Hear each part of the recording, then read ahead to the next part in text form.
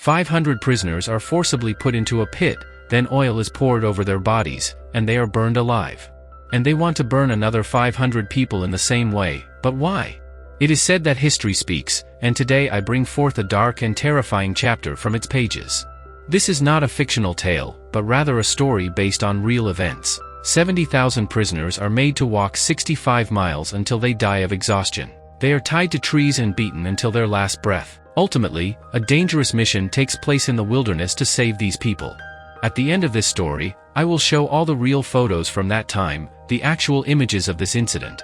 The time was December 7, 1941. World War II was ongoing. Japan attacked America's Pearl Harbor and the Philippines and began to gradually take over these places. In response, a large number of troops were sent from America and the Philippines to stop the Japanese. However, this vast army had no idea that they were about to face something unprecedented in the history of the world. This large army had no plan and no support for food or supplies. As a result, after going without food and water for a long time, they eventually became extremely weak and were forced to surrender to the Japanese. This surrender was considered a massive defeat for the American military in their history. But Japan faces a strange problem. The 70,000 troops from America and the Philippines who have surrendered now need to be accommodated because they are prisoners. However, Japan was not in a position to house or feed these prisoners. So, they came up with a bizarre solution. The Japanese began making the American soldiers to walk 65 miles. As they walked, many soldiers gradually fell ill and died due to lack of food. If anyone stopped to rest from exhaustion, the Japanese soldiers would immediately shoot or brutally kill them. In this way, the Japanese killed 15,000 prisoners in a very short period. This event of exhausting the prisoners to death by making them march is historically known as the Bataan Death March. But the thing is, the prisoners who survived the daily marches were put into various death camps across the Philippines. The most notorious of these was the Cabanatuan POW camp. In these camps, American prisoners of war faced brutal torture. They were forced to do hard labor all day and were not given enough food. If they fell ill, they were not given any medicine. Gradually, thousands of prisoners died each day from these tortures and various diseases. The most horrific and chilling event occurs at the Palawan death camp. Here, 500 American and Filipino prisoners of war were forcibly put into pits dug in the ground at the Palawan death camp. Large drums of petrol were placed at the entrance of these pits to block the way out. When the lids of the drums were opened, the petrol began to flow out, and they set it on fire. In other words, the prisoners were burned alive. Those who survived the flames are shot dead. While these horrific events were unfolding, America decided that the 500 prisoners in the Cabanatuan death camp must be rescued at any cost. Colonel Mucci was given the responsibility to devise a solid plan to rescue the 500 prisoners from that camp. To create a plan for this secret and dangerous mission, another individual steps forward. His name was Captain Prince. Before devising the plan, he gathered detailed information about the surroundings of the Cabanatuan camp and the number of Japanese soldiers present there. Captain Prince observed that the Japanese had built the death camp in such a location that there was no place to hide for a considerable distance before reaching it. Therefore, rescuing the 500 prisoners seemed nearly impossible. However, Captain Prince came up with a brilliant plan to attack the death camp. On January 8, in 1945, they all set out for the Cabanatuan death camp. Meanwhile, the prisoners at the camp are subjected to inhumane torture. If any prisoner tries to escape and is caught, they are tied to a post and beaten until their last breath. One of the prisoners at the camp is Major Gibson. Although Major Gibson was a prisoner like the others, he constantly used his wits to figure out how to escape with everyone. We also see Margaret, an American nurse who worked at a hospital in Manila. However, she had a secret mission for being there. She secretly collaborated with foreign spies to send medicine and food to the prisoners in the Cabanatuan death camp. But suddenly, an unusual event occurs. The Japanese suddenly moved their soldiers away from the Cabanatuan death camp. No one could understand what was happening. However, Major Gibson sensed that this might be a significant signal. Why would Japan suddenly withdraw its soldiers from there? Shortly after, Japanese military police, known as Kempeitai, arrive at the camp. The Kempeitai are even more brutal than the regular Japanese soldiers, led by Major Nagai. Major Nagai was the same man who had burned prisoners alive at the Palawan death camp. As soon as Major Nagai arrived, he summoned Major Gibson to his office and informed him that everything happening there must stop immediately. No food or medicine would be allowed into the camp from outside. And, from today, if any prisoner attempts to escape, they will execute 10 others as punishment. Meanwhile, the Japanese soldiers discover that someone from the Manila hospital is supplying medicine and food to the camp. They arrest several people from the hospital. They found a witness who started identifying the spies, who were actually supplying the items to the camp from the hospital. Fortunately, Margaret narrowly escapes that day, but many other spies were shot and killed. However, as soon as Margaret returned home, a Japanese military officer arrived at her house and arrested her. They arrest Margaret because she is the one supplying medicine and food to the prisoners from the Manila hospital. Margaret is taken to prison and subjected to torture. Despite severe beatings, she does not confess. Eventually, they released her. Due to the torture and beatings, Margaret became very ill and sought refuge in a church. Now the question arises, why did the Japanese police officer release Margaret instead of killing her? Actually, they let her go because they wanted to see where she would go after being released. Since they couldn't get any information from Margaret, the Japanese began to follow her. The church where Margaret sought refuge was also secretly helping American soldiers. Soon, following Margaret, the Japanese police arrived at the church. However, Margaret managed to escape once again. Unfortunately, everyone in the church had to sacrifice their lives at the hands of the Japanese soldiers. Meanwhile, Major Gibson's health deteriorates further. He shivers with fever at night, and without proper medicine, sleep, or food, his condition worsens day by day.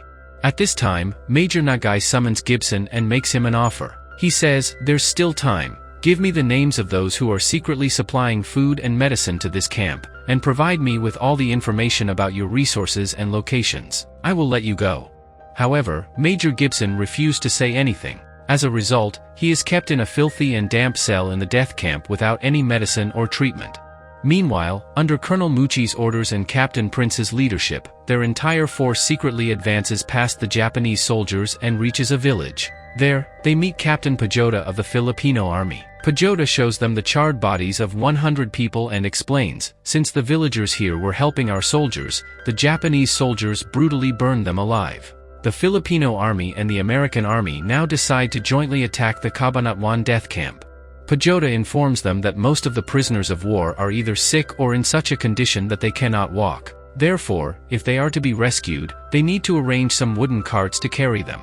For the time being, Captain Pajota takes them to a village named Platera, which is only 2 miles away from the Cabanatuan death camp. This proximity allows them to closely monitor who enters and exits the camp. As they keep an eye on the camp, they notice Japanese soldiers bringing in large oil tanks under the cover of darkness, planning to burn the prisoners alive, similar to what they did at the Palawan camp.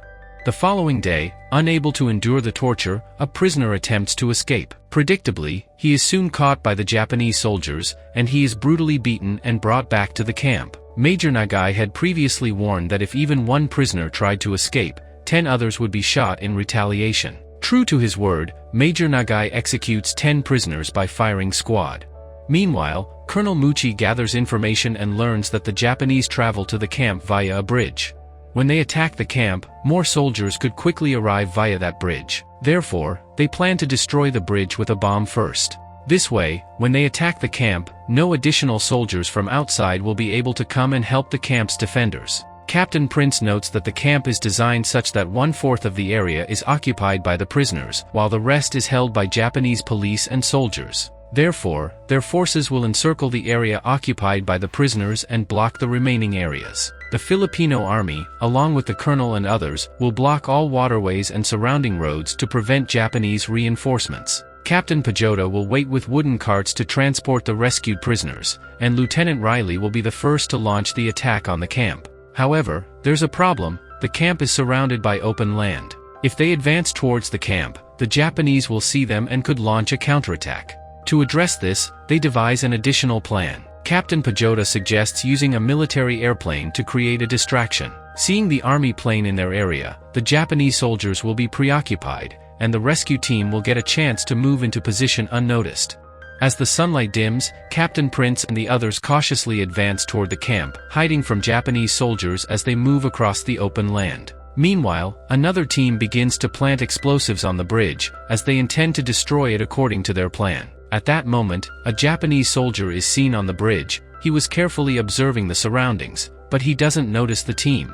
Just in time with their plan, an American warplane starts flying over the area. the Japanese become alarmed and focus their attention on the plane. Taking advantage of this distraction, Captain Prince's team gets much closer to the camp. Lieutenant Riley fires the first shot at a Japanese soldier stationed in a high tower. As Riley shoots, everyone else begins firing at the Japanese soldiers. As the Japanese soldiers were completely unprepared for this sudden attack, one after another, they were shot dead. The previous night, Colonel Mucci had learned that the Japanese had brought large quantities of fuel to burn the prisoners, so the team targets the fuel storage. As a result, a massive explosion erupts in the camp.